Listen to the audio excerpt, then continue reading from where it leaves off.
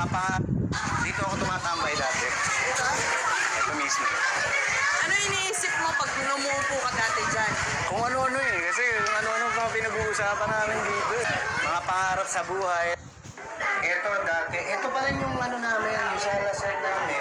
Ito yung cabinet namin dati. Dito yung nakalagay. Kasi may lamesa kami dati dito. Lagi ako nakaupo dito. Dito ako nakadungaw. Napansin kong damang-dama pa rin niya ang nakaraan. Napansin ko ring nangingilit ang Pero- kanyang mga luha. Iba yung pakiramdam pala. Dating mo, no, Tol? Kung tutuusin, no? Oo, malayo na mula sa pinagmulan ko. Pero, ang gusto ko lang malaman ng marami, na hindi talaga naaalis sa buhay ko itong pinagdaanan. Naiyak ka, naiyak ako eh. Ako medyo. Kahit may konting kurot na nararamdaman dahil nakikita mo ngayon yung ganito pala ako noon. Si Michael V, si Bitoy, bakit napakagaling magpatawa? Henyo kung ituring.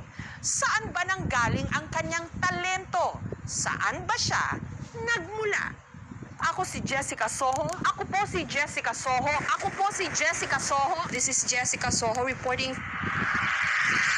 Balikan natin ang maghahatid ko ng serbisyong totoo bilang isang journalist. Hingi ata ako, mama. March 1989 nang una naming tangkaing marating ang Isla ng Pag-asa. Gaya po ng inyo nakikita, tayo ay nakasakay ngayon sa isa sa mga tangke. Paano kaya sila magpapasko dito, no? This is Hickam Air Force Base here in Hawaii. Ito rin tiyak ang gustong paniwalaan ng marami sa atin. To see is to believe. Samahan niyo po kami sa isang natatanging paglalakbay.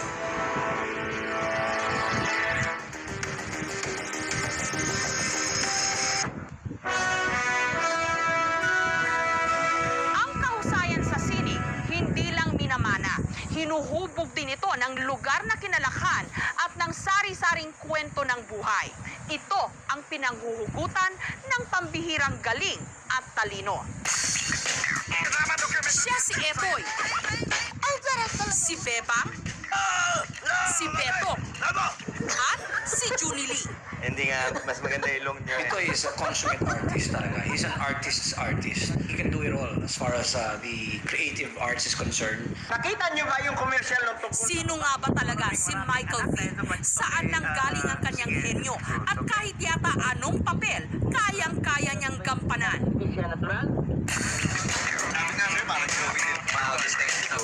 Sa araw na ito, malalaman natin. Dito lumaki si Michael V.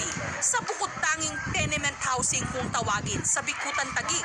Sa maniwala kayo o hindi, sa iisang gusaling ito, 10,000 nilalang ang nakatira. Marami sa kanila, dekada na ang ginugol rito. Iilan lang ang mapalad na nakaalis at lubos na swinerte. Tulad ni Michael V. Ang singer na si Razel Tuason, ang makeup artist at model na si Lala Flores. Taga rito rin ang pumanaw ng komedyanteng si Rene Requiestas. Hindi ako dito dumadaan doon. Mas mabilis doon eh. Mas mabilis ang daan doon. Hindi, doon ako tira. Marami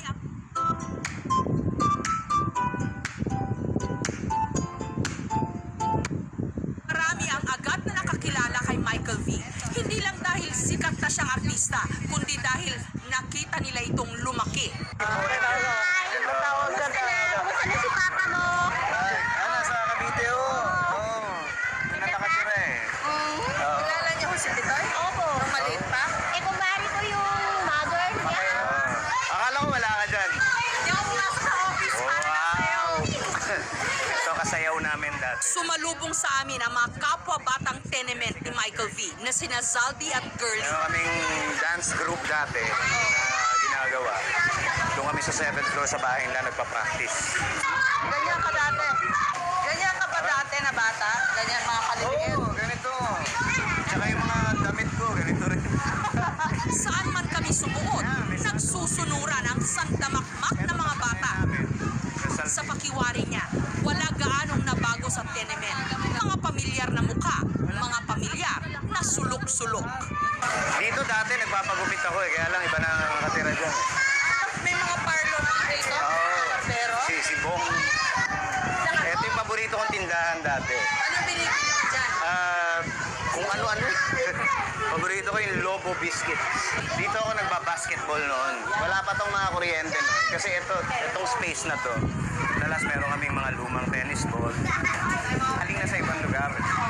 So pagka nagkasama-sama, Itinuro din niya sa amin ang mga paborito niyang tambayan. dito ako tumatambay dati. Ito mismo. Ano iniisip mo pag numuupo ka dati dyan? Kung ano-ano kasi ano-ano pa pinag-uusapan namin dito. Mga pangarap sa buhay. Ito, nagiging motorsiklo to minsan. Talaga, Kasi dito ka pangarap na- nangangarap. Oh, hindi lang dito. Dalawa yung lugar na paborito ko. Isa ito. Isa dun sa taas, sa rooftop. Tapos dito kasi yung pinaka-accessible. Silang mga barkada ko, dito nakatira. So pag sumipol ako, may sipol kami dati. Yun yung senyas na, sama-sama tayo. Hindi ganyan, ganito. Pagka nagsipulan na, ayun na. Yung kami madalas tumambay ni Michael V. Si Mikey. Diyan siya nagkikwento ko na yung mga pangarap niya sa buhay. Diyan, tumatawid siya dyan. Meron dyan tubo. Siya naglalakad siya. Ginagawa ni Pita yun. Ginagawa mo yan, pare. Tumatawid, gumagin siya. Bisa nga ako natatakot eh. Kasi kung, madisgrasya siya. Hindi na siya Michael Bingham. Okay lang. Pero higit sa lahat, dinala niya kami sa mga lugar kung saan nabuo ang kanyang mga pangarap, kung saan nahubog ang kanyang pagiging malikhain. Sa maliit na unit na ito, tumira ang pamilya ni Michael V ng 20 taon. Ibang pamilya na ang narito pero pinayagan siyang sariwain muli ang mga alaala. Ito dati, ito pa rin yung ano namin, yung sala set namin. Ito yung cabinet namin dati. Dito yung nakalagay. May lamesa kami dati dito. Lagi ako nakaupo dito. Dito ako nakadungaw. Oo. Ano nakikita mo view ba dyan pagdungaw mo? Dito nga yung kinikwento ko kanina na habang ginagawa itong simbahan, merong nadulas na mama, muntik mahulog. Napansin kong damang-dama pa rin niya ang nakaraan. Napansin ko ring nangingilit ang Pero- kanyang mga luha.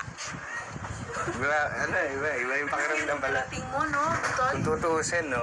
Oo, malayo na mula sa pinagmulan ko. Pero ang gusto ko lang malaman ng marami na hindi talaga naaalis sa buhay ko itong pinagdaanan. Naiyak ako eh. Ako medyo. Kahit may konting kurot na nararamdaman dahil nakikita mo ngayon yung ganito pala ako noon. Lumaki ako dito sa ganitong lugar. Tapos iniisip ko ngayon yung mga anak ko na siguro hindi ko papayagan maging dumaan sa ganitong buhay. Kaya pa kayo! Mula sa dati nilang unit, dinala kami ni Michael V sa bahay ng kanyang #1 fan, ang nanay ng kanyang ama, si Lola Inya. Hi, kumusta na kayo? Tayo sa loob. Ano? Bakit tayo sa loob? Oh, sige. Lola ko mo. Ano man daw pilit na gawin nilang maialis dito ang matanda, mas gusto pa rin daw niya rito sa piling ng mga taong matagal na niyang kakilala at itinuring ng kapamilya. Hindi sa kanya siguro bulad ng parehong mata. At marahil para pagaanin ang pakiramdam ng kanyang lola, lumitaw pa rin ang pagkakomedyante ni Bitoy. Naktan mo ang puso ko, sinaksa. Parang hindi bagay sa lola. Ano naman? Pero nalungkot muli si Lola Inya nung kami nagpaalam. Pinilit naming siya'y patawanin pero hindi na itago ng matanda ang kanyang pangungulila sa pag-alis ng kanyang paboritong apo. Dapat masaya. Fed up with frizzy hair?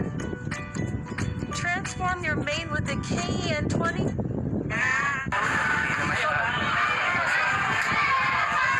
Nga, may patay na nga. Inuman pa kayo na inuman. Ito sa sa Cavite. Gusto mo kasi narang si... Oo, dito kayo. Ano kayo eh? Oo, dati. Ito nagpapapasok sa akin ang libre dati. Sari-saring eksena ng buhay ang masasaksihan sa loob lang ng ilang dipa. May mga mamang nagiinuman sa tanghaling tapat at may isang lamay. Gina, asan? Nakilala ko rin ang ilan sa mga karakter na naging inspirasyon ni Michael V sa kanyang trabaho sa telebisyon. Si Arnold,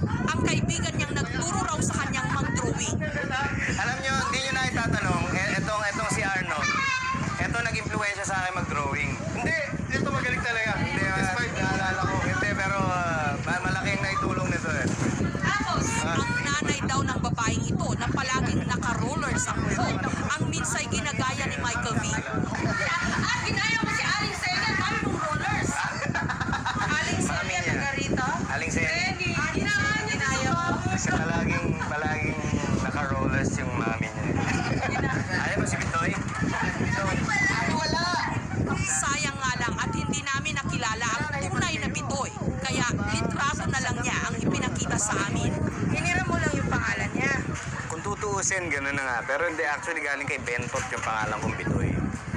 Pero dito sa tenement, ito ang Bitoy talaga. Hindi ikaw. Hindi ako. Kilala ka dito, Bet.